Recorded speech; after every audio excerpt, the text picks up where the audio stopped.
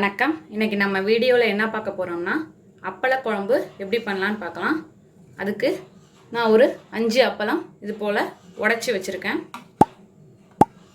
வீட்டில் அரைக்கக்கூடிய குழம்பு மிளகாய்த்தூள் 2 டேபிள் ஸ்பூன், 1 டேபிள் ஸ்பூன் அளவுக்கு சாம்பார் பொடி, இட்லி சாம்பார் கரைக்கக்கூடிய இட்லி சாம்பார் பொடி, ஒரு பெரிய லெமன் சைஸ் புளியை எடுத்து கரைச்சி வச்சுருக்கேன். கடுகு, வரமிளகாய், கருவேப்பிலை,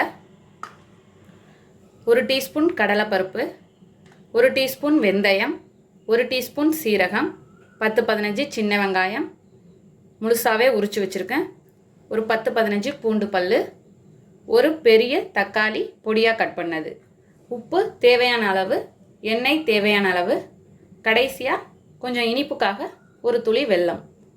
அவ்வளோதான். இப்போ எப்படி செய்யலான்னு பார்க்கலாம். ஒரு கடாய் வச்சுட்டு அதில் நல்லெண்ணெய் சேர்த்துக்கோங்க. நான் ஒரு 3 டேபிள் ஸ்பூன் அளவுக்கு நல்லெண்ணெய் சேர்த்துருக்கேன். இப்போ எண்ணெய் சூடாயிடுச்சு. இதில் அப்பளத்தை போட்டு வறுத்துக்கலாம்.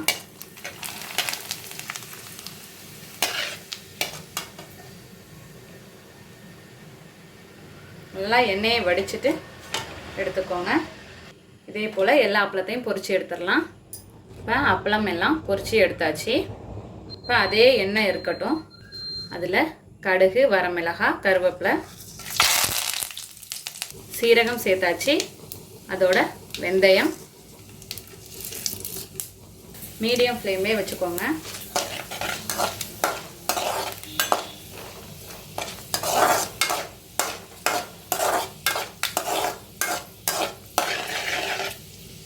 இதில் கடலைப்பருப்பு,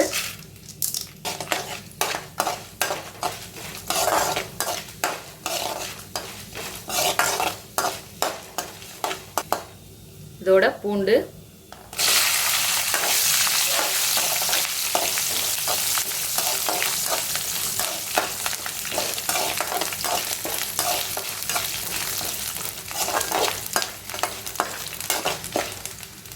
சின்ன வெங்காயம்,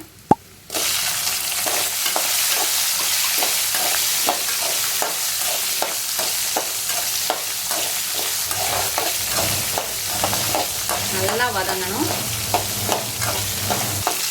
பூண்டும் வெங்காயமும் நல்லா வதங்கிடுச்சு.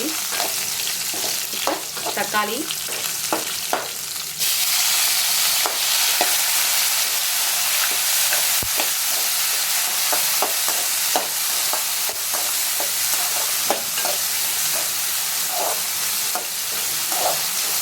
நல்லா வெங்காயம் தக்காளி வதங்கி பேஸ்ட்டாக ரெடி ஆகணும். இப்போ வெங்காயம் தக்காளி வதங்கிடுச்சு. இதில் குழம்பு மிளகாய்த்தூள் சேர்த்துக்கலாம். அதோட இட்லி சாம்பார் பொடி,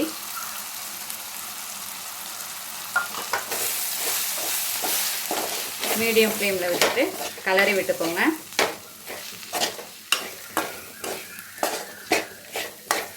இதில் கொஞ்சமாக தண்ணி,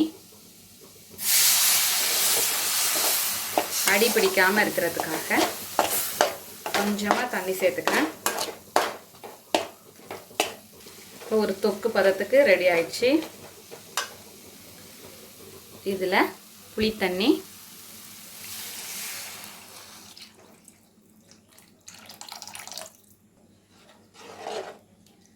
நல்லா கலந்துப்போம். இப்போ நல்லா கலந்தாச்சு. அதில் தேவையான அளவு உப்பு சேர்த்துக்கலாம். உப்பு சேர்த்து மூடி போட்டு ஒரு 5 நிமிஷம் கொதிக்க விடுவோம். இப்போ 5 மினிட்ஸ் ஆயிடுச்சு. ஓப்பன் பண்ணி பார்க்கலாம்.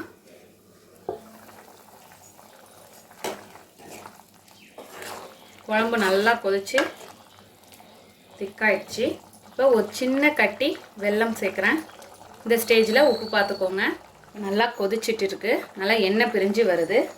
இந்த ஸ்டேஜில் அப்பளம் சேர்த்துக்கலாம். மீடியம் ஃப்ளேம்லேயே வச்சுக்கோங்க.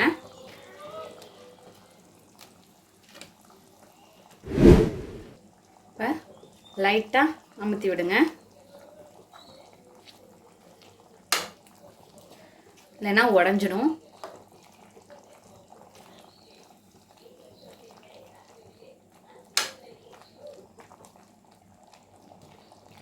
ஒரு 3 to 4 மினிட்ஸ் கொதிச்சப்புறம் ஃப்ளேமை ஆஃப் பண்ணிவிட்டு ஒரு 5 மினிட்ஸ் கழித்து ஓப்பன் பண்ணி காட்டுறேன்.